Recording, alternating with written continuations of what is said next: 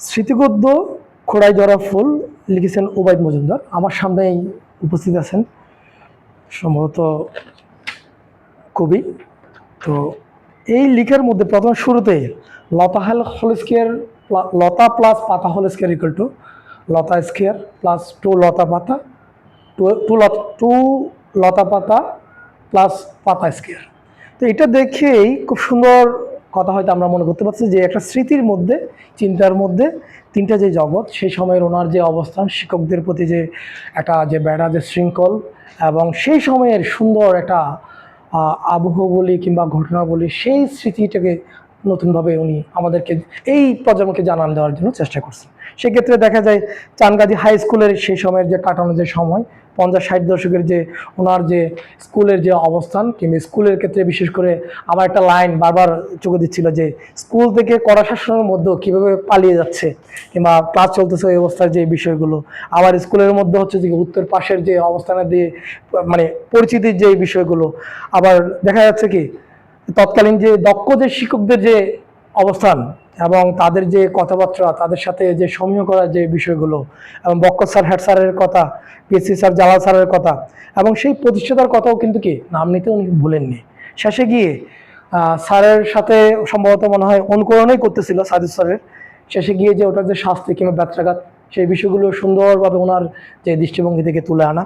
পাশাপাশি তুতলানো এক শিক্ষককে অনুকরণের যে বিষয়গুলো, সেটারও শাস্তির যে বিষয়গুলো সুন্দরভাবে দেওয়া আছে। এবং সেই সময়ের যে সাম্প্রদায়িক যে সম্প্রীতি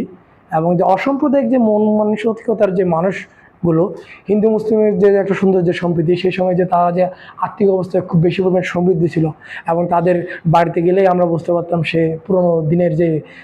দাদা দাদির যে ভিটাটা যে আঁকড়ে ধরে আছে, এবং দেখা যায় তার বাড়ির পাশ দিয়ে হাঁটলেই বোঝা যাচ্ছে হচ্ছে যে সে গানের ছন্দর কিংবা সুর পাচ্ছি। পাশাপাশি আলপনার যে ছবির মধ্য দিয়ে তাদের যে জেনারেশন, তাদের যে সংস্কৃতিকে যে ধরা রাখার যে বিষয়গুলো খুব সুন্দরভাবে দেওয়া আছে। শেষে যে এই জিনিসটা না বললেন না, কিশোরের যে দুষ্টমি, যে বিরিকুরদের মধ্যে যে বাচ্চাদের যে বাচ্চামি, যে শিশুদের যে বিষয়গুলো, এটাও খুব সুন্দরভাবে যে মানে অ্যাডিং যে করার যে বিষয়গুলো খুব সুন্দরভাবে তুলে এনেছেন।